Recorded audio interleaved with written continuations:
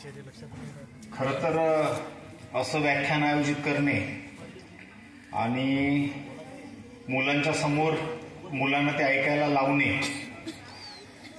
त्यांच्या मानसशास्त्राचा जर खरा विचार केला तर हा एक अत्याचारच असतो.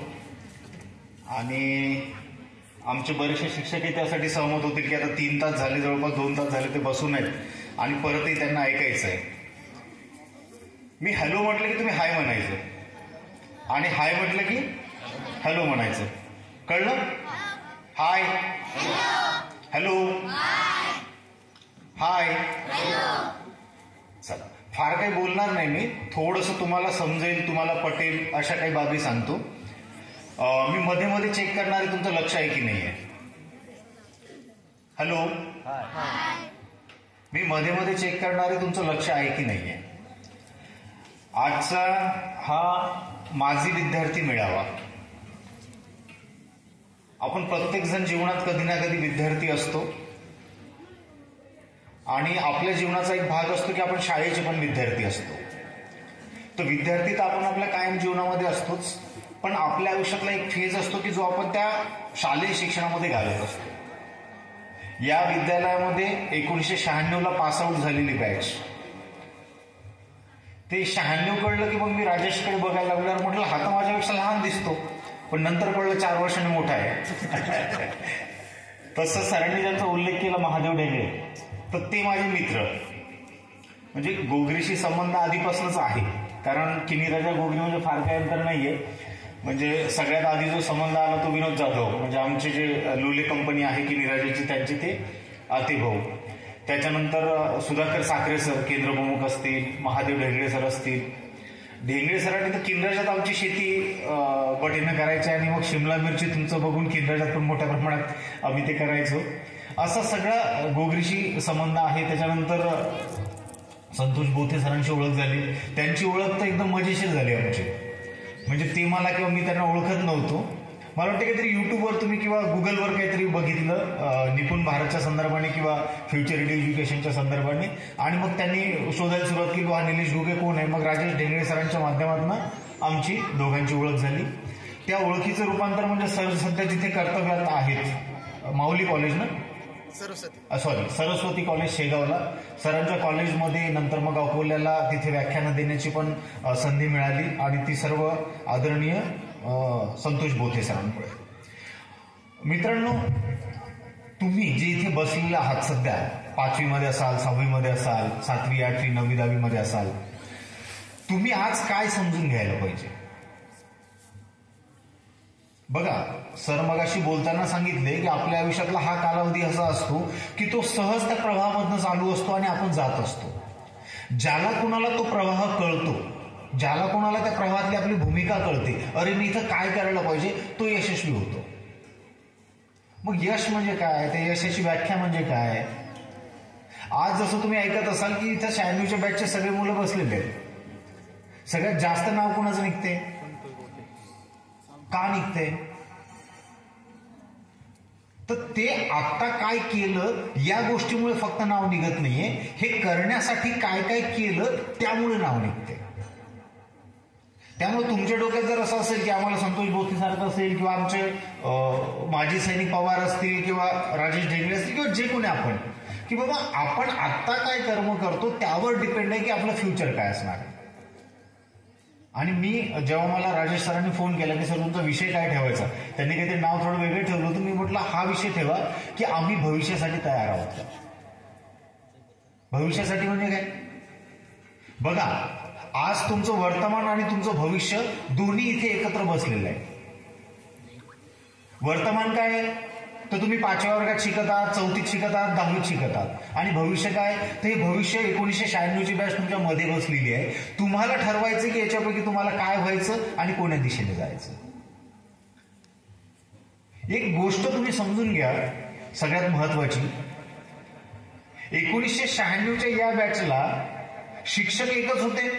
म्हणजे इंग्रजी त्या शिक्षकांनी शिकवली, मराठी त्या शिक्षकांनी शिकवली, गणित त्या शिक्षकांनी शिकवलं, की या बॅचच्या प्रत्येक मुलाला शिकवणारे शिक्षक वेगवेगळे होते,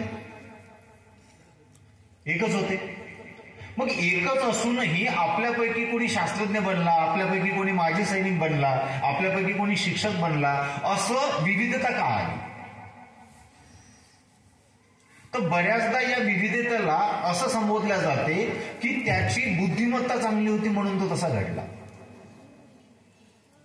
मला असं वाटते आताचं जर आपण शास्त्र समजून घेतलं म्हणजे तेव्हा ठीक होतं, वर्तनवाद होता, वर्तनवादामध्ये काय भूमिका होती ते सगळं मान्य आहे. आताचं जर आपण व्यवस्थितपणे बुद्धी कशा पद्धतीने विकसित होते म्हणजे ब्रेन कशा पद्धतीने डेव्हलप होतो, ब्रेनच्या मागचं सायन्स काय हे समजून घेतलं तर असं लक्षात येते की प्रत्येक माणसाच्या मेंदूचं वजन सारखेच आहे, 1400 ग्राम. ते इथे बसलेल्या प्रत्येकाच्या मेंदूचं वजन किती आहे? असं कोणी आहे का की संतोष बोथेंचा मेंदू 1500 ग्रामचा आणि बाकीच्यांचा 1400? असं काही आहे का? असं काहीही नाहीये. सगळ्यांच्या मेंदूचं जे काही वजन आहे ते सारखंच आहे. म्हणजेच ईश्वराने किंवा निर्मात्याने किंवा निसर्गाने जे काही आपल्याला दिलेलं असते ते सारखंच दिलेलं असते. डिपेंड करतं की आपण त्या दिलेल्या गोष्टीचा उपयोग कसा करतो. बऱ्याचदा लहान मुलांना सांगितलं जाते की बाबा चला रे हे 20 रुपये घे आणि या 20 रुपयात काय करायचं तू ठरव. त्या 20 रुपयाचं काय करायचं हे ठरवण्याची जी क्षमता आहे ती क्षमता डिपेंड करते की तुम्हाला फ्युचरमध्ये काय करणार आहात. तर आता तुम्ही 5वीत शिकताय, 10वीत शिकताय, या 10वीच्या वर्षामध्ये तुम्ही तुमची बुद्धिमत्ता कुठे वापरता, बुद्धिमत्ता सगळ्यांनाच दिलेली आहे, ती कुठे आणि कशी वापरता यावर ठरणार आहे की तुम्ही काय होणार आहे.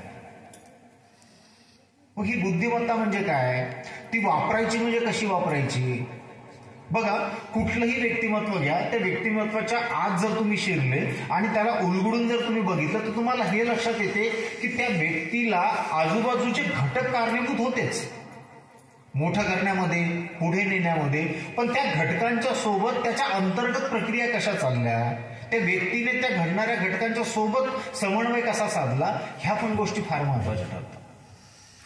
त्या संदर्भाने मी थोडं तुम्हाला बोलणार आहे. म्हणजे मला तुमच्या वयाच्या मुलांशी त्या पातळीवर येऊन किती बोलता येईल आणि किती तुम्हाला त्या गोष्टी समजून सांगण्यामध्ये मदत करता येईल त्याबद्दल मी थोडा साशंक आहे, पण माझ्या पद्धतीने मी त्या तुमच्या समोर मांडतो. एक गोष्ट मी तुम्हाला सांगतो म्हणजे सगळ्यांना ती महत्वाची पण ठरेल. आपल्या आयुष्यात आपण बऱ्याचदा मार्गदर्शन अशी शब्द बोलत आलेलो आहोत.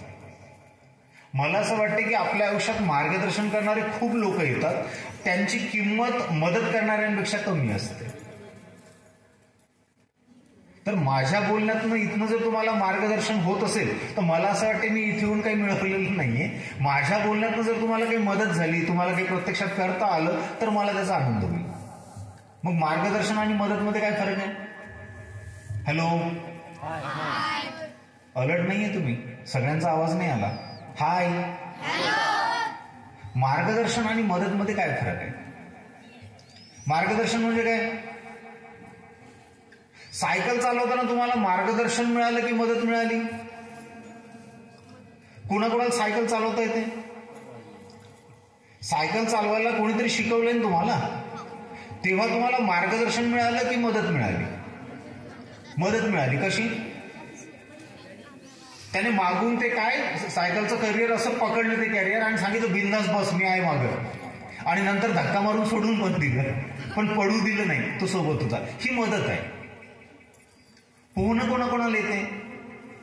अच्छा, गोगरी नदी जवळच आहे, पोहणं यायलाच पाहिजे. बर, पोहणं करत असताना कोणीतरी शिकवलंय, ते पोहणं शिकवत असताना मदत झाली की मार्गदर्शन झालं? मदत झाली. तर मदत ही एखादा व्यक्ती प्रत्यक्ष कृती करतो त्या कृतीमध्ये होत असते आणि मार्गदर्शन हे बऱ्याचदा वरवरचं असते. तर मार्गदर्शन कधीही करता येते, कुठेही करता येते, कुणालाही करता येते, कुणीही करू शकते. त्या मार्गदर्शनाने फार मदत होत नाही. म्हणजे आता एक उदाहरण जर द्यायचं झालं तर तुम्हाला कोणाकोणाला पोळ्या चपात्या लाटता येतात? अच्छा, इकडे हात वर 2च झाले, लाजायचं नाहीये, आपल्याला पण आल्या पाहिजे.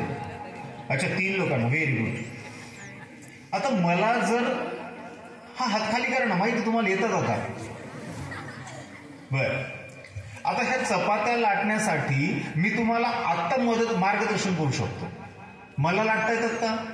नाही, पण मार्गदर्शन करू शकतो का? हो, करू शकतो. मग ती कोपर घ्या, कणिक घ्या, ती कणिक मळा, त्याचे छोटे छोटे गोळे करा, मग ते लाटा. हे काय झालं? चपात्या कशा करायच्या याचं मार्गदर्शन. पण मला चपात्या करत असताना तुम्हाला जर मदत करायची असेल तर पहिली अट असते की मला चपात्या करता आल्या पाहिजे किंवा चपात्या करण्याच्या प्रक्रियेतलं मला काहीतरी करता आलं पाहिजे, तरच मी मदत करू शकतो. तर इथे बसलेल्या म्हणजे आता माझी पण शिक्षक मंडळी सगळी आहे आणि आजी पण इथे आहे. मला असं वाटतं की आपल्याला वारंवार विचार करावा लागेल आणि मूल म्हणून आपल्याला पण वारंवार विचार करावा लागेल की मी जी काही कृती करतो त्यातनं मार्गदर्शन होते की मदत होते. तर मला असं वाटतं की ज्याला ज्याला मदत होते त्या गोष्टीची तो विद्यार्थी पुढे जातोय, ज्याला मार्गदर्शन होतंय तो ऐकतोय आणि थांबतोय. बघा मी काय मुद्दा सांगतोय. तुमच्याच वर्गातला एखादा पोरगा हुशार आहे, तो हुशार का आहे? तर शिक्षक जे काही करतात त्या वर्तनातनं त्या मुलाला मदत होत आहे आणि बाकीच्या मुलांना मार्गदर्शन होत आहे. बरं, गणिताचा तो ऐकतो की नाही ऐकत? ऐकतो. इंग्रजीचा तास तो ऐकून राहिला की नाही ऐकून राहिला, पण डोक्यात काही बसत नाही. का बसत नाही? तर त्याच्यासाठी ते मार्गदर्शन सुरू आहे. मदत कोणासाठी सुरू आहे? ज्याला ते कळतं. मग कळतं म्हणजे काय? तर मदत केव्हा होते? जसं आता तुम्हाला चपात्या लाटायचं मी उदाहरण देतो. कणिक असेल तर चपात्या लाटता येतील ना, कणिक नसेल तर नाही. तर या मुलाच्या बाबतीत त्याला फंडामेंटल गोष्टी आल्यात का? त्या आल्या आणि मग पुढची दिली तर त्याला मदत होणार आहे. याला काहीच माहित नाही आणि तुम्ही डायरेक्ट सांगून राहिले आता लसावी आणि वसावी, याला सुरुवातीच्या क्रिया पण जमत नाहीत. मग त्याच्यासाठी ते काय मार्गदर्शन आहे. सरांनी अर्धा तास बोलले, छान वाटलं, पण त्याचा प्रत्यक्षात काही उपयोग झाला का? नाही झाला. मग आता मला सांगा की शिक्षक तुम्हाला मार्गदर्शन करतात किंवा मदत करतात हे डिपेंड करतं तुमच्या वर्तनावर पण, की तुम्ही ते समजून घेण्यासाठी त्याच्यामध्ये किती सहभागी होतात. बघा काय मुद्दा आहे. तर आपल्याला फक्त शाळेला क्रेडिट देऊन पण चालणार नाही आणि शाळेला दोष देऊन पण चालणार नाही. म्हणजे सगळ्यांची माफी मागून मी एक वाक्य बोलतो की बघा काय असतं, शाळेला यश देणं जसं आपलं कर्तव्य तसं अपयशाचे भागीदार होणं पण आपली जबाबदारी आहेच. जसं संतोष बोथे शास्त्रज्ञ झाले, कुणाची अचिव्हमेंट? शाळेची. पण मग काही शाळेच्या प्रवाहापासूनच दूर गेले असतील सुरुवातीलाच, त्याची पण जबाबदारी कोणाची? शाळेचीच. पण फक्त एक त्या शाळेची आहे का? नाहीये. ती जबाबदारी आहे त्या शालेय जीवनामध्ये मी माझा रोल प्ले कसा करत होतो याची. तर शाळेमध्ये सगळ्यांना दिलं जात असतं, फक्त घेताना आपली भूमिका काय असते त्यावर बऱ्याचशा गोष्टी अवलंबून असतात. तर मला असं वाटतं की आज आपण थोडंसं ते घेण्याच्या भूमिकेवर बोलू. मग घेण्याची भूमिका काय आहे? तर घेण्याची भूमिका ही आहे की भविष्य काय असणार आहे आणि त्या भविष्यासाठी मी तयार आहे का? हॅलो, भविष्य काय आहे? 30-35 वर्षाचा होणार आहे, लग्न होणार आहे, हे भविष्य आहे. लग्नाची पण गॅरंटी नाही आजकाल मुलांची. म्हणजे तुमच्या इकडे काय परिस्थिती माहित नाही, पण आमच्याकडे तर 50-50 आहेत एका कास्टमध्ये. काही मेळ जमून नाही राहिला. तुमच्याकडे पण तशी परिस्थिती असण्याची काही शक्यता नाकारता येत नाही. बरं, हा झाला गमतीचा भाग. आपण भविष्य समजून घेतोय. भविष्य काय आहे? बघा, 1996ची बॅच जेव्हा इथे राहिली तेव्हाच शैक्षणिक व्यवस्था आणि आत्ताची शैक्षणिक व्यवस्था याच्यामध्ये मोठा फरक आहे. तेव्हाच्या प्रायोरिटी किंवा त्याचा प्राधान्यक्रम आणि आताचा प्राधान्यक्रम याच्यामध्ये मोठा फरक आहे. तो फरक आपण समजून घेतला पाहिजे मूल म्हणून. तुम्हाला लक्षात येईल की भविष्य किंवा फ्युचर आपण ज्याला म्हणतो ते फ्युचर किंवा जग एवढ्या प्रचंड गतीनं बदलत आहे की त्या बदलत्या गतीसोबत जर आपण स्वतःला मॅच केलं तरच आपण पुढे टिकू शकू, अन्यथा आपण युजलेस होऊ. युजलेस शब्द ऐकलाय का?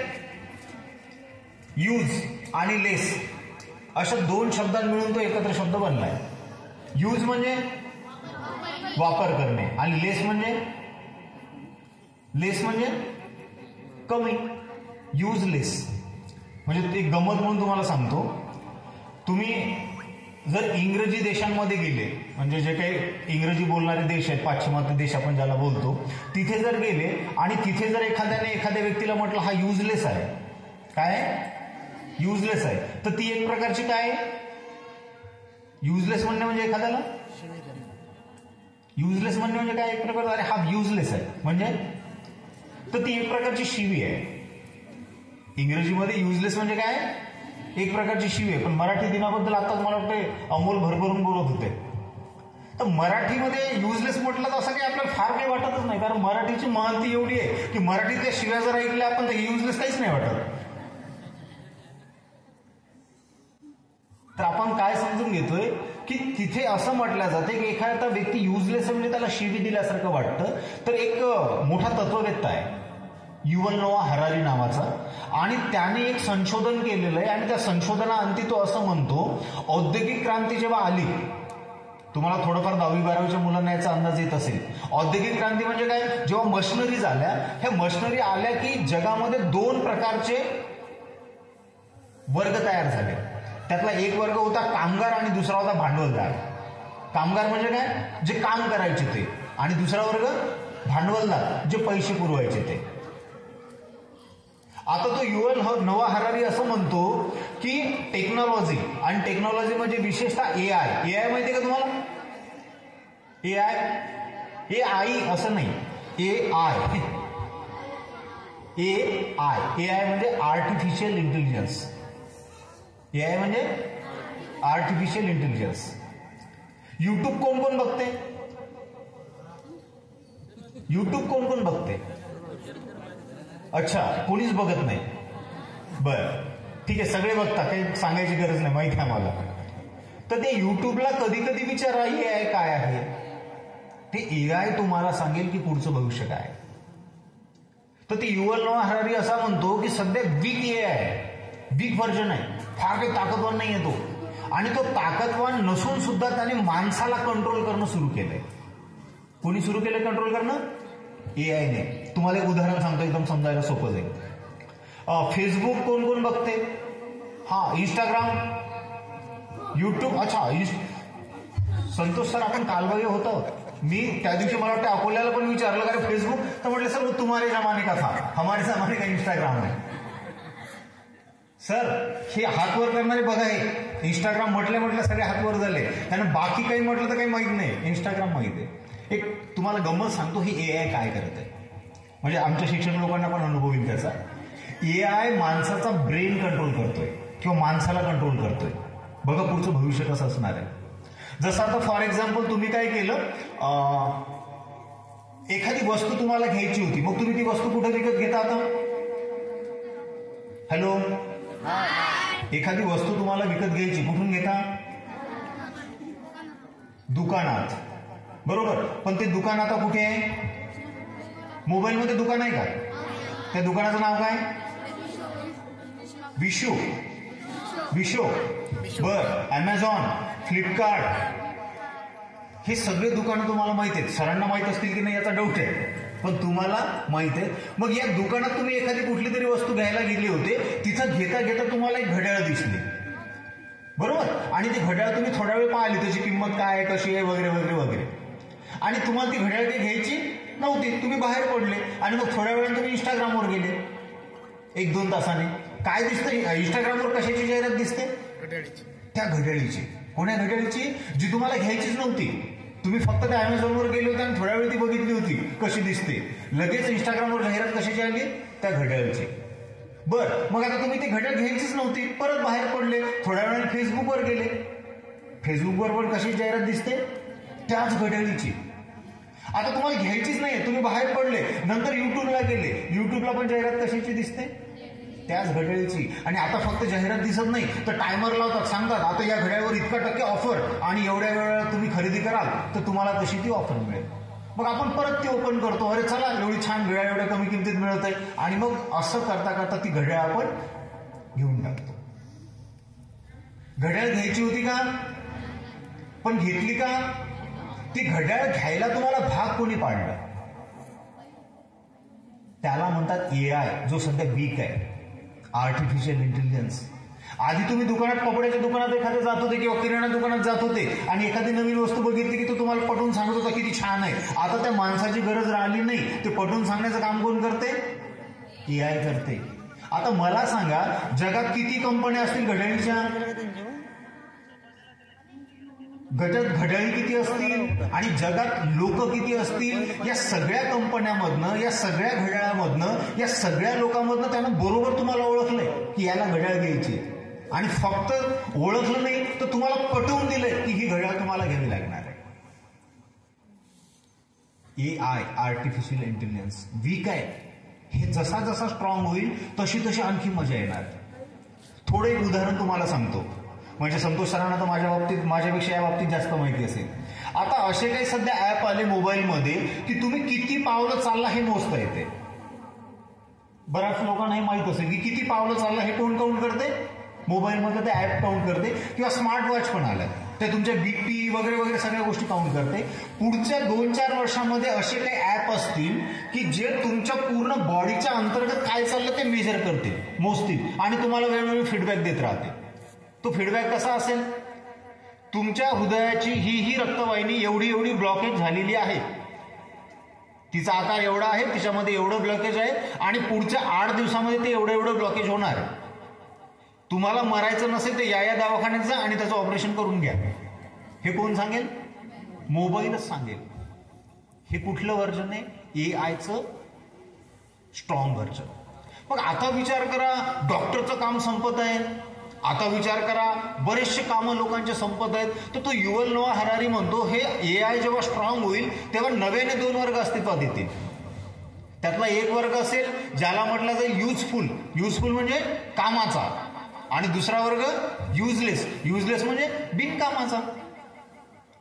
तर 2 वर्ग या सृष्टीवर पुढे पुढे विद्यमान असणार आहे. कुठले? एक कामाचा आणि दुसरा बिनकामाचा. या बिनकामाच्या लोकांना खायला प्यायला असणार आहे, कपडे पण घालायला असणार आहेत, पण काम नसेल. मग आता तुम्हाला भविष्यात या 2 वर्गापैकी कुठला वर्ग चूज करायला आवडेल, निवडायला आवडेल? कामाचा की बिनकामाचा? बिनकामाचं पण बरं आहे ना, काही काम नाही, खाय प्यायला मिळणार आहे त्याची गॅरंटी आहे. कारण सध्या मोदीचं राशन 80 करोड लोकांना तसंच भेटते, खायची फार काही चिंता नाहीये. तर खाय प्याय भेटणार आहे, पण काय भेटणार नाही? काम भेटणार नाही. काम भेटणार नाही म्हणजे तुमच्याकडे ते काम करण्याचं कौशल्यच असणार नाही. मग तुम्हाला जर कामाचं व्हायचं असेल, हॅलो, जे आपसात बोलत आहेत त्यांची तयारी बिनकामाच्या दिशेने सुरू आहे. जे आपसात बोलत आहेत आणि माझं ऐकत नाहीत ते भविष्यात काय होणार आहेत? बिनकामाचे, म्हणजे इंग्रजीत युजलेस. तर आता इथून पुढे मी फक्त कोणासोबत बोलणार आहे? युजफुल वाल्यांशी. युजलेस वाल्यांशी आपल्याला काही घेणं देणं नाहीये. तर तुम्हाला ठरवावं लागेल तुम्ही कामाचे आहे की बिनकामाचे. मग कामाचे कोण आहेत? जे माझं पूर्ण संपेपर्यंत व्यवस्थित ऐकणार ते, त्यांची शक्यता आहे कामाची व्हायची. नाही तर तुम्ही काय होणार आहे? युजलेस. इंग्रजीत शिवी, मराठीत थोडं वाटतंय. बरं, तर आता आपण काय समजून घेतोय की हा युव्हल नोआ हरारी म्हणतो असे 2 वर्ग अस्तित्वात येणार आहे. तो असं म्हणतो की हे बिनकामाचं जे काही प्रमाण आहे ते आधी पण असं होत होतं, युजलेस लोक तयार होत होते, पण आता गती वाढणार आहे. मी तुम्हाला एक उदाहरण सांगतो. आता यांना किती लोकांना माहित नाही, पण 96च्या बॅचला ते नक्कीच माहित असेल आणि स्टेजवरच्या लोकांना पण ते नक्कीच माहित असेल. शेतीची मशागत करत असताना नांगरणी करतात, माहित आहे? हो का? कोणाकोणाला माहित आहे? अच्छा, मुलींनाच माहित आहे, तुम्हाला नांगरणी करतात ते माहित नाही. बर, आता तुम्हाला उदाहरण सांगतो मी की युव्हल नोआ हरारी काय म्हणतो एकदम सोप्या भाषेमधनं. शेतीचे नांगरणी 50 वर्षापूर्वी पण करत होते, आता पण करतात. नांगरणीचं काम बंद झालं का? नाही. पण आता 50 किंवा 15-20 वर्षापूर्वी जशी नांगरणी करत होते तशीच आता करतात की बदलली? तर 15-20 वर्षापूर्वी नांगरणी कशी करायची? बैलाने. आणि त्या बैलाच्याही नांगराचे वेगवेगळे प्रकार होते. 6 बैला नांगर, 4 बैला आणि मग बळीरामाला. तर आता 6 बैला नांगर म्हणजे काय? आगुल हाणणारे किती? 3. आणि मागे शेवटचा कोण? चौथा नांगर धरणारा.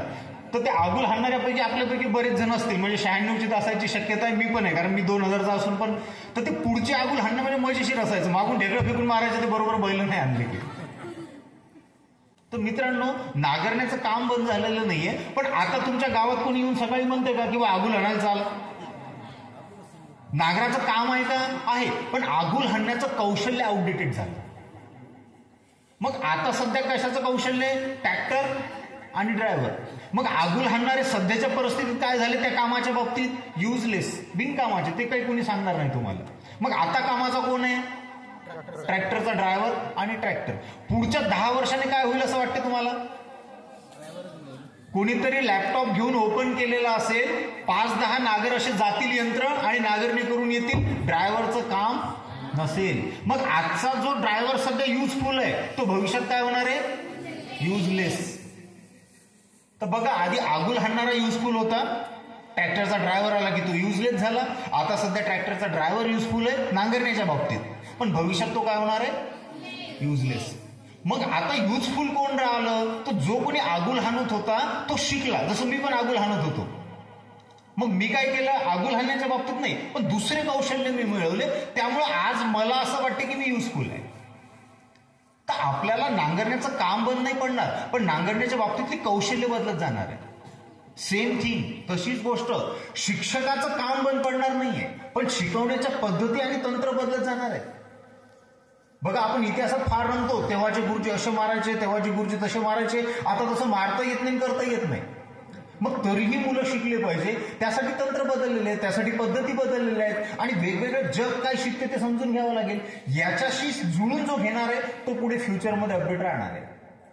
सरकारी नोकऱ्या किंवा ही सरकारी जी काही नोकरी आहे ही आपली शेवटची पिढी आहे. याच्यानंतर असा काही जॉब काही असणार नाहीये. मग काय असणार आहे? तर खुलं मार्केट असणार आहे जगाच्या व्यासपीठावर, आणि या खुल्या मार्केटमधनं लोकांना स्वस्त आणि चांगलं जे मिळेल ते लोक निवडणार आहेत. शासन देते म्हणून घेण्याची भूमिका संपणार आहे. मग या मार्केटमध्ये कोण टिकणार आहे? ज्याला चांगल्या गुणवत्तेचं काम करता येते तो फक्त टिकणार आहे, नाही तर बाकीचे लोक युजलेस होणार आहेत. मग आता आपण ठरवतो आपल्याला डॉक्टर व्हायचं, इंजिनियर व्हायचं, मान्य आहे, पण ते डॉक्टर, इंजिनियर किंवा जे काही आपलं फ्युचर आपल्याला सेट करायचं असेल त्या फ्युचरच्या अनुषंगाने तुम्हाला काही कौशल्य आतापासून महत्वाचे लागणार आहे. संतोष बोथे घडत असताना जर तुम्ही एखाद्या विद्यार्थ्याने त्याचा डिटेल अभ्यास केला तर तुम्हाला असं लक्षात येईल की त्यांच्या स्वतःची मेहनत किती आणि काय कॉन्ट्रीब्युशन आहे. ते समजून घेणे म्हणजे फ्युचर रेडी राहणे आहे. तर बदलत्याच्या जगाच्या नुसार काय गरजेचं आहे ते सतत शिकत राहावं लागणार आहे, आणि ते सतत शिकत राहायचं असेल तर तुमच्याकडे शिकण्याचं कौशल्य असणार आहे किंवा कौशल्य लागणार आहे. म्हणजे मी पण एक शिक्षक आहे, त्यामुळे शिक्षकांची माफी मानून ही मी गोष्ट बोलतो. आतापर्यंत असं होतं की गुरुजीने शिकवलं आणि मग तोरगा शिकला, पण मग गुरुजी किती वर्ष शिकवतात? 15 वर्ष, 20 वर्ष. आपलं लाईफ असं होतं की एकदा बीएड केलं की पूर्ण आयुष्य निघून गेलं. आता तसं नाही होणार. आता जसं जसं जग बदलेल, आणि जग बदलाची गती 2 वर्षात येऊन ठेपली, 2 वर्षांनी जगातली माहिती दुप्पट होते, आणि तो माहिती, ते शिकण्याची गती जे लोक मॅच करू शकतील तेच लोक पुढे जातील, बाकीचे प्रवाहाच्या बाहेर पडणार. आणि त्या प्रवाहाच्या बाहेर पडणाऱ्याच लोकांना काय म्हटलं जाते? युजलेस, ज्यांची काही मुलांची तयारी सध्या सुरू आहे. मग आपल्याला कसली तयारी पाहिजे? युजफुलची तयारी करायची असेल तर तुम्हाला शिकण्याची कौशल्य हस्तगत करावी लागतील.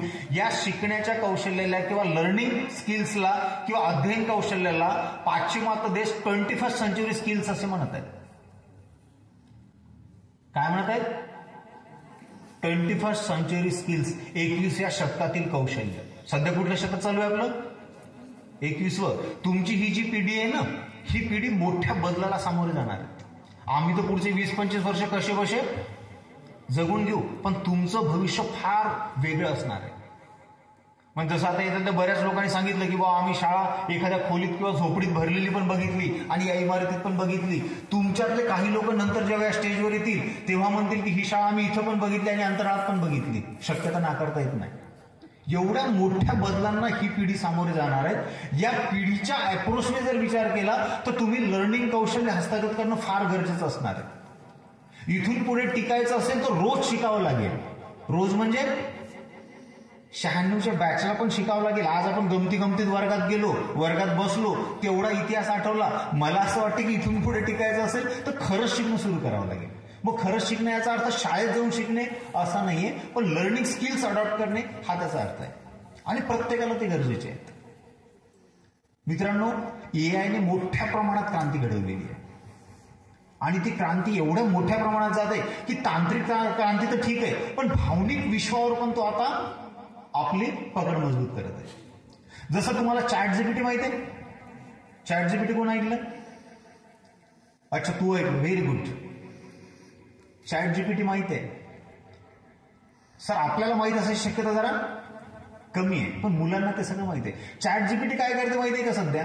आणि चॅट जीपीटी पेक्षा एक ऍडव्हान्स आलाय आता मागच्या 15-20 दिवसात, डीपसीक. आणि त्यांनी काय केलं माहितीये का? अमेरिकेचे धाबे दणावले. तर अमेरिका या देशाला असं वाटत होतं की या एआय मध्ये आम्ही सगळे स्ट्रॉंग आहोत, आमच्यासारखं कोणीच काही तयार करू शकणार नाही. चायनाने तयार केलं आणि त्यांचं शेअर मार्केट खाली कोसळलं, डीपसीक नावाला. हे काय करतात माहितीये का? आता या चॅट जीपीटीला मी आता सांगितलं, एखादी कमांड दिली तर तो लगेच काम करून देतो. म्हणजे मी जर सांगितलं की बाबा रे आज आता कार्यक्रम चालू आहे, आमचे माजी सैनिक पवार साहेब आहेत, त्यांच्यावर मला काय पाहिजे, एक 10 ओळींची कविता तयार करून पाहिजे, तर चॅट जीपीटी किती मिनिटात देईल? सेकंदात. आधी कविता कोण करायचं? आपण फार गहन झाडाखाली बसून, नदीच्या काठी बसून ते आनंद घेतला. आता कविता कोण करते? चॅट जीपीटीला सांगायचं काम आहे, सांगून बघायचं. खरं वाटतं की खोटं वाटतं तुम्हाला? आता बघा नेटवर्क असेल तर मी तर चॅट जीपीटी ओपन करतो आणि त्याला कमांड देतो. काय कमांड देतो? काय कमांड द्यायची? नाव काय आपलं सत्कार मूर्तींचं? विनोद पवार. विनोद पवार माजी सैनिक हे आज सेवानिवृत्त झालेले आहेत. त्यांच्या सत्काराचा कार्यक्रम विद्यालयामध्ये आयोजित केला आहे. त्यांच्याविषयी 10 ओळींची एक कविता हवी आहे. काय केलं मी? आता लिहायचं पण काम नाही. युट्यूबला कसं शोधता तुम्ही? स्पीकर ऑन करून. आणि सैनिकांचा गौरव करणारी यांच्याविषयीची एक कविता चॅट जीपीटी मला तयार करून दिली. ही कुण्याही लेखकाची नाहीये. ही कुणी तयार केली? एआयने तयार केली. मला वाचता येत नाही, फक्त म्हणजे ते कविता वाचण्याचं ते राजेश सारख्याला ते हे असतं, काय म्हणतो आपण त्याला, ते वरद असतं वगैरे. मला तो काय अंग नाहीये. वीर तुझा जय जयकार, देशासाठी तुझं समर्पण अपार, सीमेवर तू जिंकली लढाई, आम्हा दिली नवी पहाट उगवती, त्याग शौर्यानं स्वाभिमान, तुझमुळे आमचा उंच अभिमान, मातीसाठी सांडलेले रक्त सन्मान तुझा अजरमार भक्त, आज विद्यालयात तुझे स्वागत, सैनिक तू आम्हा सर्वांचे भाग्यवत, तुझा आदराने वंदन अर्पावे, शब्दामधून नवा उत्सव उगमावे. विनोद पवार तू धन्यवीर, तुझमुळे देश सुरक्षित स्थिर, सत्कार हा एक छोटा साज, तुझ विने देश अपूर्ण आज. टाळ्या कोणासाठी वाजवायच्या? त्या चॅट जीपीटी साठी. निलेश भोगे काहीच नाही, त्याने कमांड दिली आणि पुढचं काम झालं. आता विचार करा, हा कविता करतोय, हा गोष्ट पण लिहून देतोय. गुरुजी लोकांनो, लसावी मसावी शिकव म्हणलं की लय भारी शिकवते ते. त्यामुळे युजफुल राहायचं असेल तर अपडेट राहावं लागेल. आणि चॅट जीपीटीत अपडेट हो का आपण? नाही. गुगल गोंधळलेलं होतं, गुगलला तेवढं कळत नव्हतं. चॅट जीपीटी फार स्ट्रॉंग आलंय, डीपसीक याच्यापेक्षा स्ट्रॉंग आलं. आता मला सांगा, तुम्हाला भविष्यात कोणत्या नोकऱ्या राहतील असं वाटते? जर सगळे कामं कोण करते? सगळे कामं कोण करते? ChatGPT. मी चॅट जीपीटीला महिना देतो किती रुपये? 2027 असं काहीतरी समथिंग, नाही सॉरी 1927 रुपये मी त्या चॅट जीपीटीला देतो महिन्याचे. महिना किती देतो मी चॅट जीपीटीला? 2000 रुपये. पण चॅट जीपीटी माझ्यासाठी काम काय काय करतो तुम्ही विचार करू शकणार ना. एवढ्या मेहनतीचं काम तो माझ्यासाठी करतो. मला 100 माणसं लागली असते हे काम करायला. किती माणसं लागली असते? 100. म्हणजे जसं आता संतोष सरांना माहिती की आमचं काम वेगवेगळ्या क्षेत्रात काय काय चाललं, शिक्षणाचं वेगवेगळे अनालाइज करतो आम्ही, टेस्ट करतोय, रिसर्च चाललाय. हे सगळं काम करायला मला मदत करून करते चॅट जीपीटी. किती माणसं लागली असते आम्हाला? 100. आणि तरी पण वेळेत काम पूर्ण नसतं झालं. तो काम कोण करतोय? Chat GPT. आणि महिन्याचे घेतोय पैसे किती? 2000 रुपये. हे मी तुम्हाला का सांगतो उदाहरणासह? उद्या तुम्हाला मार्केटमध्ये काय काम असणार आहे याचा अंदाज घ्या. तुम्हाला नांगरण्याचं काम नसेल, तुम्हाला पेरण्याचं काम नसेल, तुम्हाला हे जनावरं राखणं वगैरे तर गेलं ते जमाना. मग हे सगळं जर भविष्य असेल तर या भविष्यासाठी मी तयार आहे का? त्या भविष्यासाठी मित्रांनो तयार व्हायचं असेल तर तुमच्याकडे 6 कौशल्य असणार आहेत, असणे आवश्यक असणार आहे. किती कौशल्य? 6 कौशल्य कोणती कोणती सांगतो ते व्यवस्थित लक्षात ठेवा. इंग्रजीत सांगतोय. पहिलं आहे क्रिटिकल थिंकिंग. पहिलं कुठलं आहे? तुकडोजी महाराजांच्या पूर्ण चरित्रातलं मला जर सगळ्यात प्रभावित करणारी गोष्ट असेल तर ती म्हणजे क्रिटिकल थिंकिंग. म्हणजे गाडगेबाबा आणि तुकडोजी महाराज या दोघांचं संयुक्त नाव घेतलं जाते बिकॉज ऑफ क्रिटिकल थिंकिंग. वस्तुनिष्ठ विचार केलाय त्यांनी. तो वस्तुनिष्ठ विचार, ती क्रिटिकल थिंकिंग आपल्याला आली पाहिजे. आपल्याला कोणीही भोंदता कामा नाही. भोंदणे माहिती ना? तर त्यासाठी क्रिटिकल थिंकिंग आवश्यक आहे. जगामध्ये टिकायचं असेल तर तुम्हाला तर क्रिटिकल थिंकिंग आवश्यक आहे. मग क्रिटिकल थिंकिंग म्हणजे काय? तर परिस्थितीचं वस्तुनिष्ठ विश्लेषण करता येणे आणि ते विश्लेषण कुठलाही जात, धर्म, पंथ, भाषा हे काहीही आड न येऊ देता करता येईल. मग एखाद्या घटकेकडे मला वस्तुनिष्ठ फॅक्ट्स आणि संख्या आधारित बघता येतं का? हे फॅक्ट्स आणि संख्या आधारित बघता येणं म्हणजे क्रिटिकल थिंकिंग. हे क्रिटिकल थिंकिंग तुमच्याकडे असेल तरच तुम्ही जगामध्ये टिकणार आहात. जगामध्ये मी वारंवार शब्द वापरतोय. आज आपल्याला असं दिसतं की आपल्याला 1-2 व्यक्ती विदेशात गेलाय. पुढचं भविष्य तुम्हाला असं असेल की पूर्ण जग एका प्लॅटफॉर्मवर आलेलं असेल, किंबहुना आलेलं आहे. आणि आता इथे बसून पण तुम्ही वेगवेगळ्या देशातल्या लोकांशी कनेक्ट होऊ शकता. याचाच अर्थ तुमचं कॉम्पिटिशन, तुमची स्पर्धा ही फक्त आता गोगरीच्या मुलांसोबत नाहीये, महाराष्ट्राच्या मुलांसोबत नाहीये. तुमची स्पर्धा कोणासोबत असणार आहे? जगातल्या मुलांसोबत असणार आहे. आणि नक्कीच तुम्ही कुठेही बसा, कोणत्याही शाळेत शिका, कोणत्याही माध्यमात शिका, त्याने तुमच्यात कुठलाही कमीपणा येणार नाहीये. पण तुमच्यातल्या कौशल्य वाढवायचे असतील तर तुम्हाला ही 6 कौशल्य आवश्यक असणार आहेत. तर पहिलं कुठलं? Critical thinking. दुसरं म्हटलं जाते क्रिएटिव्ह थिंकिंग. हे जे शास्त्रज्ञ असतात ना, यांच्यात क्रिएटिव्ह थिंकिंग खूप असते. क्रिएटिव्ह थिंकिंग म्हणजे काय? आहे त्या परिस्थितीमध्ये नाविन्यपूर्ण वेगवेगळ्या अप्रोचने ते विचार करण्याचं कौशल्य. तर शास्त्रज्ञ कसे बनतात? तर त्याच्यासाठी बेसिक जे कौशल्य लागतं ते म्हणजे क्रिएटिव्ह थिंकिंग. एखादा प्रॉब्लेम समोर घेतला की तो प्रॉब्लेम सोडवण्यासाठी वेगवेगळे पर्याय त्यांना सुचतात किंवा सुचण्यासाठी ते काम करतात. ती क्रिएटिव्ह थिंकिंग ते तुम्हाला लागणार आहे. त्याच्यानंतरचं सगळ्यात महत्वाचं कौशल्य लागणार आहे ते म्हणजे कोलॅबरेशन. आपलं गाव पातळीवर छान कोलॅबरेशन असते, एकमेकांशी आपण छान राहतो, तालुक्या जिल्ह्यात आपण छान राहतो. पण इथून पुढे आपल्याला जगात वावरावं लागणार आहे. त्याच्यासाठी जागतिक पातळीचं कोलॅबरेशनचं कौशल्य आपल्याला लागणार आहे. मग हे कोलॅबरेशन येण्यासाठी वेगवेगळ्या भाषा आपल्याला आल्या पाहिजे, वेगवेगळी कौशल्य आपल्याला आली पाहिजे. मराठी, हिंदी आणि इंग्रजी सोडून तुम्हाला कुठल्या कुठल्या भाषा येतात? मुलांसाठी हा प्रश्न आहे, गुरुजींसाठी नाही. कुठल्या कुठल्या भाषा येतात तुम्हाला? मराठी, इंग्रजी आणि हिंदी सोडून. तर आपल्याला हे समजून घ्यावं लागेल. अशा शाळा महाराष्ट्रात तुम्हाला दिसत आहेत की ज्यांना जापनीज येते, जर्मन येते, फ्रेंच येते आणि हे मुलं शिकतायत. हॅलो, जापनीज कोण शिकतंय? मुलं. गुरुजी शिकवत नाहीयेत. फ्रेंच कोण शिकतायत? मुलं. गुरुजी शिकवत नाहीयेत. हे मी का बोलतोय? तर इथून पुढे गुरुजीनं शिकवलं तेवढ्यावर आपलं आयुष्य भागणार नाही. त्याच्यापेक्षा अनेक गोष्टी आपल्याला स्वतः शिकाव्या लागणार आहेत. ते स्वतः शिकण्याचं कौशल्य म्हणजेच अध्ययन कौशल्य आहे. तर स्वतः शिकण्याचं कौशल्य विकसित करायचं असेल तर तुम्हाला कोलॅबरेशन लागेल. एकत्र मिळून तुम्हाला शिकता आलं पाहिजे म्हणजे कोलॅबरेशन. नंतरचं कौशल्य कम्युनिकेशन. किती सांगितले मी? सांगा एकदा परत. पहिलं कुठलं? Critical thinking. दुसरं? तिसरं? गुड. चौथं? कम्युनिकेशन, संवाद. माझ्या भावना किंवा आपल्या भावना आहेत त्या पद्धतीने पुढच्यापर्यंत व्यक्त करता आल्या पाहिजे आणि त्याच्या भावना आपल्याला समजून घेता आल्या पाहिजे. आपल्या विचारांची मांडणी करता आली पाहिजे, इतरांचे विचार समजून घेता आले पाहिजे. याच्यासाठी लागणारं संवाद कौशल्य. संवाद कौशल्य जर तुमच्याकडे नसेल तर तुम्हाला टिकता येणार नाही. आधीचा जो संवाद होता त्याला आपण फक्त व्हर्बल कम्युनिकेशन पुरतं मर्यादित केलेलं होतं. संवाद म्हणजे काय? मी तुमच्याशी बोलतोय, तुम्ही माझ्याशी बोलताय. आता तो व्हर्बल कम्युनिकेशन फक्त मर्यादित नाहीये. आता तुम्हाला तुमच्या कंपनीची जाहिरात कशी करायची, लोकांना ते पटवून कसं सांगायचं, तो पण संवाद आहे.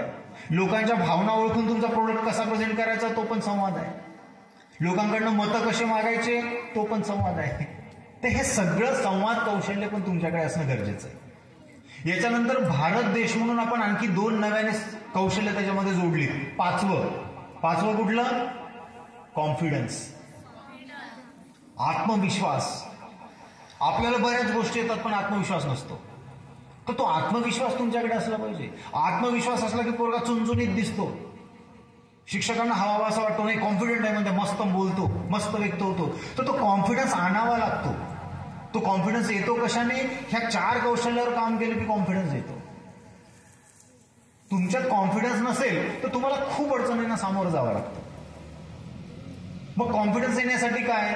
चुकण्याची भीती बाजूला करायची आणि बिनधास्त व्यक्त व्हायला शिकायचं. क्रिटिकल थिंकिंग पण तेच सुचवते.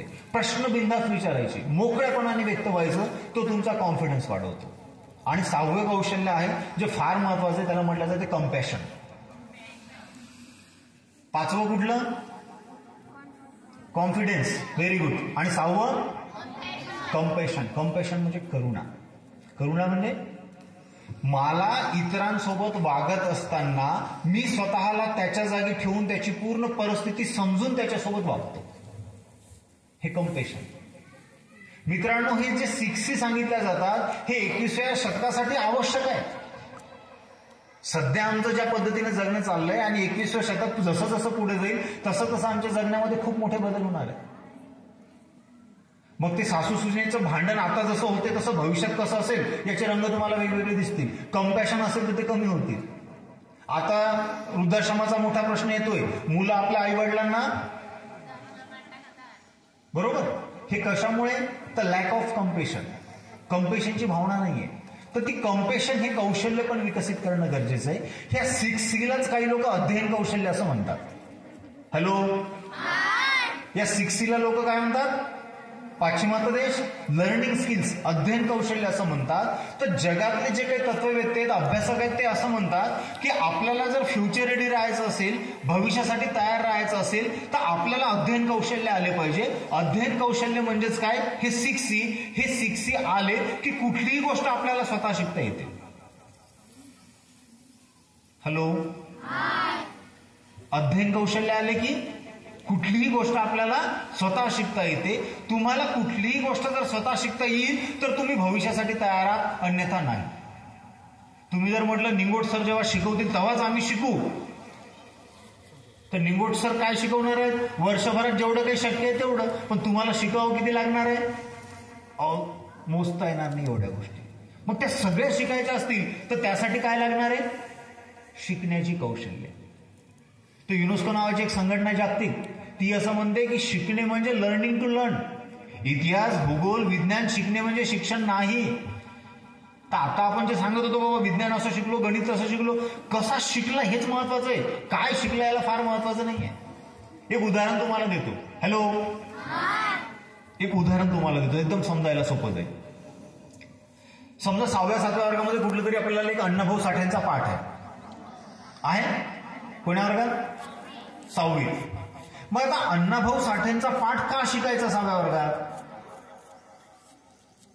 अण्णाभाऊ साठेंच्या आईचं नाव काय होतं, वडिलांचं नाव काय होतं, त्यांनी कोणची पुस्तकं लिहिली, यासाठी की आणखी काय उद्देश आहे? आपल्याला परीक्षेत काय विचारलं जातं? आता मी विचारले ते प्रश्न. बर, आता मला सांगा, तुम्ही 6व्या वर्गात अण्णाभाऊ साठे छान शिकले आणि मी पण तुमच्या वर्गात होतो, आपण दोघं एकाच वर्गात, आणि आता आपण मोठे झालो समजा या 96च्या बॅच सारखे, आणि आता आपल्या दोघांना प्रश्न विचारणं सुरू केले. हॅलो, बघा मी उदाहरण काय देतोय. 6व्या वर्गात कोणाचा पाठ आहे? अण्णाभाऊ साठेंचा. तुम्ही मोठे झाले आणि परत या 96च्या बॅच सारखा असाच कार्यक्रम शाळेत घ्यायचं ठरवलं, आणि मी ठरवलं की आता तुम्हाला अण्णाभाऊ साठेबद्दल कोणाला जास्ती माहिती आहे ती चेक करतो, आणि तुमच्या दोघांना इथं वर्गात उभं केलं. 6वीतले मुलं, आज जे 6वीत आहेत ते, कुणाला जास्त माहिती सांगता येईल अण्णाभाऊ साठेविषयी? जो वर्गात हुशार होता त्याने सगळं शिकलं त्याला, की आणखी कोणाला? तर आता अण्णाभाऊ साठेविषयी मला जास्त माहिती असेल का ChatGPTला? मग मी 6व्या वर्गात त्याचं नाव गाव जे शिकतोय त्याला पुढे काय महत्व राहणार आहे? तर समजून घ्या, आता माहिती, इन्फॉर्मेशन याला महत्व नाहीये. तर शाळेमध्ये तुम्ही जर जात असाल आणि पाठांतर करून माहिती मिळवत असाल तर ती गोष्ट कालबाह्य आहे. तुम्हाला शाळेत जाऊन काय मिळवावं लागेल? व्हॅल्यूज, मूल्य आणि कौशल्य मिळवावे लागतील. मग अण्णाभाऊ साठेंच्या ठिकाणी करुणाभाव कसा होता, लिखाणाच्या बाबतीत त्यांची क्रिएटिव्हिटी कशी होती, तर ती क्रिएटिव्हिटी तुम्हाला शिकावी लागणार आहे. तो करुणाभाव तुम्हाला शिकावा लागणार आहे. त्याच्या आई वडिलांची नावं पाठ करून काही कार्यक्रम पुढचा जमणार नाहीये. मग आता माझा तुम्हाला प्रश्न आहे, तुम्ही भविष्यासाठी तयार आहात का? हॅलो, भविष्यासाठी तयार आहात का? हाव. कसे हाव?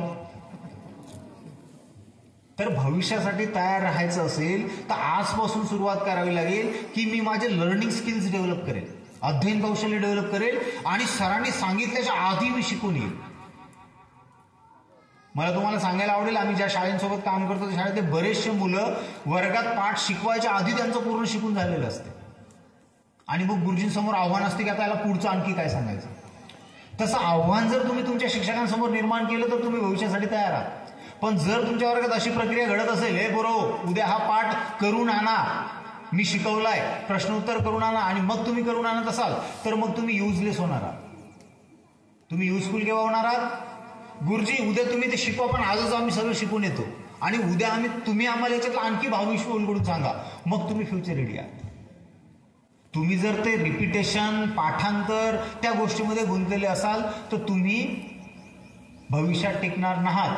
त्या गोष्टीच्या भरोशावर, त्या कौशल्याच्या भरोशावर आमचा उदरनिर्वाह झाला किंवा आमचं निभलं, तुमचं निभणार नाहीये. तर आपण बऱ्याचदा म्हणतो बाबा आमचं तेव्हा तर फार छान होतं, तेव्हाचं काळ, तेव्हाची कौशल्य, त्यामध्ये ते पुरेसं होतं. पण इथून पुढे जे काही महाभयंकर म्हणा किंवा महाचांगलं म्हणा, जे काही पुढे अस्तित्वात येणार आहे त्याच्यात जर आपल्याला टिकायचं असेल तर या अप्रोचने आपल्याला विचार करावा लागणार आहे. जर तुम्ही भविष्यासाठी तयार व्हायचं असेल तर तुम्हाला काय करावं लागेल? अध्ययन कौशल्य शिकावे लागतील, लर्निंग स्किल्स शिकावे लागतील. आणि ते लर्निंग स्किल्स किती आहेत? 6. एकदा मला 1 पासून 6 पर्यंत सांगा. 1, 2, 3, 4, व्हेरी गुड, 5, 6, कम्पेशन. हे तुम्ही युट्यूबला विचारा, गुगलला विचारा किंवा सर्च करा की हे लर्निंग स्किल्स काय, खूप माहिती तुम्हाला मिळेल. आणि ते लर्निंग स्किल्स मिळवण्यासाठी काम करा. कशासाठी काम करा? लर्निंग स्किल्स मिळवण्यासाठी काम करा. माझं इथल्या सगळ्या शिक्षक मित्रांना पण विनंती असेल की आपण लर्निंग स्किल्स मुलं कसे मिळवतील त्या दिशेने काम करूयात. माहिती पुढे कालबाह्य ठरणार आहे किंवा माहिती दरवर्षाने दुप्पट होणार आहे. तर त्यामुळे माहितीचा संग्रह करणे आता गरज राहिलेली नाहीये. आपण आतापर्यंत डोक्याला गोडाऊन समजत होतो. डोक्याला आपण काय समजत होतो? गोडाऊन. आणि त्या गोडाऊन मध्ये वेगवेगळी माहिती आपण काय करत होतो? स्टोअर करत होतो. आता गोडाऊन समजण्याची गरज नाहीये. गोडाऊन कुठे उपलब्ध आहे? तुमच्या 1ली ते 10वीची सगळी पुस्तकं किती जीबी मध्ये मावतील? 1 GB सफिशियंट आहे त्याच्या PDF केलं तर तेवढं नॉलेज 1 GB मध्ये आहे. तर त्यामुळे काय म्हणू आपण त्याला 226, 556 GB तुमच्या खिशामध्ये आहे, असणार आहे. तर त्यामुळे सध्याच्या डोक्याला आता गोडाऊन करू नका. डोकं वापरा. कशासाठी? अध्ययन कौशल्य शिकण्यासाठी. एकदा परत विचारतो, जर तुम्हाला युजफुल राहायचं असेल तर काय करावं लागेल? हॅलो, युजफुल राहायचं असेल तर काय करावं लागेल? तुम्हाला 21st सेंचुरी स्किल्स, अध्ययन स्किल्स शिकावे लागतील आणि जास्तीत जास्त भर द्यावा लागेल स्वतः शिकण्यावर. बघा, स्वतः शिकण्याचं शेवटच्या एका अर्धा मिनिटात सांगतो आणि मग संपवतो. जी काही 96च्या बॅचच्या मुलांना तुम्ही शिकण्याच्या बाबतीत यशस्वी म्हणत असाल, ती यशस्वी होण्याचं मोठं कारण सेल्फ लर्निंग. कारण गुरुजींना सगळ्यात सारखं शिकवलेलं आहे, काही भेदभाव केलेला नाहीये. जास्त कोण शिकलेत? ज्यांनी स्वतः शिकण्यासाठी पुढाकार घेतला तो. हे लर्निंग स्किल्स पण काय सांगतात तुम्हाला? स्वतः शिका, स्वतःचं लर्निंग स्किल डेव्हलप करा. तुम्हाला प्रत्येकाला जर चांगलं यशस्वी व्हायचं असेल तर तुम्हाला स्वतः शिकण्याच्यासाठी काम करावं लागेल. लर्निंग स्किल शिकावे लागतील. आणि हे जर तुम्ही शिकले तर तुम्ही कशासाठी तयार असाल? भविष्यासाठी तयार असाल. मग परत एकदा, तुम्हाला भविष्यासाठी तयार व्हायला आवडेल का, की युजलेस व्हायला आवडेल, की युजफुल? मग युजफुल व्हायचं असेल तर 21st सेंचुरी स्किल्स, आणि 21st सेंचुरी स्किल्स अक्वायर्ड करायचे असेल तर स्वतः शिकण्यासाठी कायम पुढाकार घ्यावा लागेल. सर शिकवतील तेव्हाच मी शिकेल या विचारातनं आपल्याला दूर यावं लागेल, बाजूला व्हावं लागेल आणि स्वतः शिकण्यासाठी आपल्याला पुढाकार घ्यावा लागेल. जे मूल स्वतः शिकण्यासाठी पुढाकार घेणार आहे ते मूल या शाळेचं नाव आणखी रोशन करणार आहे. या शाळेचं नाव रोशन कोण करणार आहे? जो स्वतः शिकण्यासाठी पुढाकार घेणार आहे तो. तर तुमच्यापैकी कुणाकुणाला स्वतः शिकण्यासाठी पुढाकार घ्यायला आवडेल, की आम्ही स्वतः शिकण्यासाठी पुढाकार घेऊ उद्यापासून किंवा आजपासून? अच्छा, कुणालाच नाही इच्छा. बर, मग आता हे मला कसं कळेल की तुम्ही स्वतः शिकायला पुढाकार घेतात? जर तुम्ही स्वतः शिकायला पुढाकार घेतला नाही तर मी आलो, बडबड केली 15-20 मिनिटं, अर्धा तास जे काय, आणि कार्यक्रम संपला, असं त्याचा अर्थ होतो. तर आपल्या आयुष्यात आपण अशा अनेक बडबडी ऐकत असतो. या बडबडीमधनं जो मतितार्थ पकडतो त्याला पुढे जाता येतं, आणि जो याला बडबड म्हणून सोडून देतो त्याला वाटतं ठीक आहे, असे मार्गदर्शन किंवा अशा बडबडी खूप झाल्या, सर तर रोज असे आमचे दिवसभर 5 तास असतातच. तर त्याच्यातनं आपण काय हेरतो आणि काय घेतो त्यावर डिपेंड करतो की आपण पुढे कसं जाणार आहोत. तर परत शेवटी आयोजकांचे मनापासून आभार व्यक्त करतो की त्यांनी मला इथे बोलवलं, यथोचित सत्कार सन्मान केला, इथं बोलण्याची संधी दिली, आणि माझ्या या बोलण्यातनं जर तुम्हाला थोडाफार जरी उपयोग झाला या गोष्टीचा तर मला त्या गोष्टीचा आनंद होईल. परत एकदा सगळ्यांचे मनापासून आभार व्यक्त करतो, व्यासपीठावरच्या सर्वांचे मनापासून आभार व्यक्त करतो आणि माझ्या वाणीला विराम देतो. धन्यवाद.